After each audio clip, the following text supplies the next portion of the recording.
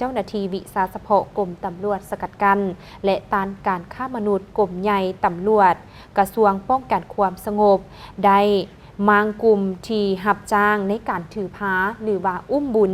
อยู่ที่เขตเศรษฐกิจพิเศษบอเตนซึ่งได้พบเห็นแมนมีการโฆษณาทางออนไลน์โดยบ่ย่านกลัวต่อระเบียบกฎหมายในระหว่างเดือนกุมภาพันธ์หาเดือนมีนาคม2565ผ่านมานี้เจ้าหน้าที่วิสาสะเพาะกรมตำรวจสกัดกั้นและต้านการค้ามนุษย์กรมใหญ่ตำรวจกระทรวงป้องกันความสงบได้พบเห็นมีการโฆษณาผ่านสื่อสังคมออนไลน์หลายครั้งในการหับจ้างให้ไปถือผ้าแทนซึ่งเป็นการโฆษณาอย่างเปิดเผยบ่ย่านกวดต่อระเบียบกฎหมายเจ้าหน้าที่กรมตำรวจสกัดกั้นและต้านการค้ามนุษย์ก็ได้เฮ็ดหน้าที่ตามหลักวิสาสะเพาะมาในวันที่3 เมษายน 2565เจ้าหน้าที่กรมตำรวจสกัดกั้นและต้านการค้ามนุษย์กรมใหญ่ตำรวจกระทรวงป้องกันความสงบจึงได้สมทบกับเจ้าหน้าที่กองบัญชาการป้องกันความสงบแขวงหลวงน้ำทาและเจ้าหน้าที่ที่เกี่ยวข้องของแขวงหลวงน้ำทาได้นำกำลังเข้าจับกลุ่มเป้าหมายกลุ่มแก๊งหับจ้างให้ถือผ้าอุ้มบุญดังกล่าวอยู่ที่ห้องหมอเอกชนแห่งหนึ่ง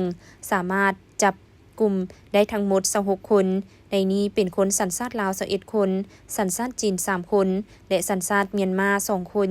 พร้อมทั้งเข้ากวดค้นสถานที่ในการสีดตัวอ่อนผ่านการกวดค้นพบเห็นเครื่องของกลางคอมพิวเตอร์7 เครื่องกวดเครื่องกวดเอโก3 เครื่องตู้ปรับอุณหภูมิสำหรับเก็บน้ำเชื้ออสุจิ8 หน่วยกองจุลทรรศน์5 เครื่องถังเก็บน้ำเชื้อ1 ถังเครื่องเจอรีไบโอแมทเครื่องบันทึกข้อมูล1 เครื่องเตียงสำหรับสีดน้ำเชื้อและเกิดลูก2 เตียงพร้อมทั้งเครื่องอุปกรณ์การแพทย์ที่ใช้เข้าในการสีดตัวอ่อนเป็นจำนวนหลายดังนั้นเจ้าหน้าที่กรมตำรวจสกัดกั้นและต้านการค้ามนุษย์กรมใหญ่ตำรวจกระทรวงป้องกันความสงบจึงได้นำตัวพวกเกี่ยวทั้ง26 คนมาดำเนินการสืบสวนสอบสวนผ่านการสืบสวนสอบสวนเบื้องต้นสามารถรู้ว่าแม่หญิงถือผ้า23 คนสัญชาติเมียนมา2 คนในนี้แม่หญิงถือผ้ามีอายุต่ำกว่า18 ปี2 คนและผู้ถูกสงสัยเป็นนายหน้ารับจ้างให้ถือผ้า3 คนสัญชาติจีนปัจจุบันเจ้าหน้าที่กำลังสืบต่อขยายผลนำเอากลุ่มแก๊งที่ร่วมกันกระทำผิดดังกล่าวมาดำเนินคดีตามกฎหมายฉะนั้นต่อกับปัญหาการหับจ้างให้ถือผ้าแทนหรืออุ้มบุญแม้นเป็นการกระทำผิดต่อประมวลกฎหมายอาญามาตรา215การฆ่ามนุษย์กรมตำรวจสกัดกั้นและต้านการฆ่ามนุษย์เรียกร้องมายังพ่อแม่ประชาชนทุกชนเผ่าให้ศึกษาพรมลูกหลานของตนเองบ่ให้ถูกตัวยั่วสักสวนจากพวกนายหน้าหรือคนบ่หวังดีไปหับจ้างถือผ้าแทนแบบบ่ถูกต้อง